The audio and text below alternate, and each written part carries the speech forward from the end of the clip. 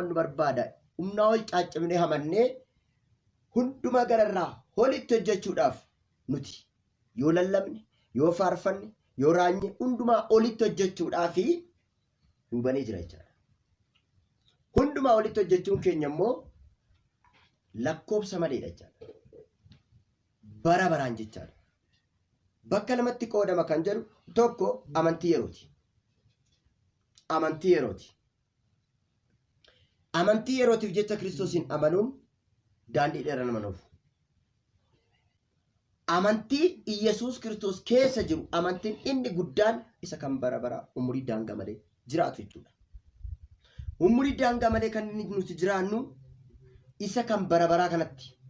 Inni kan yeroo kuni yeroo hundumaaf foon keenya faana deema malee waan faayidaa nuu qabu qabu.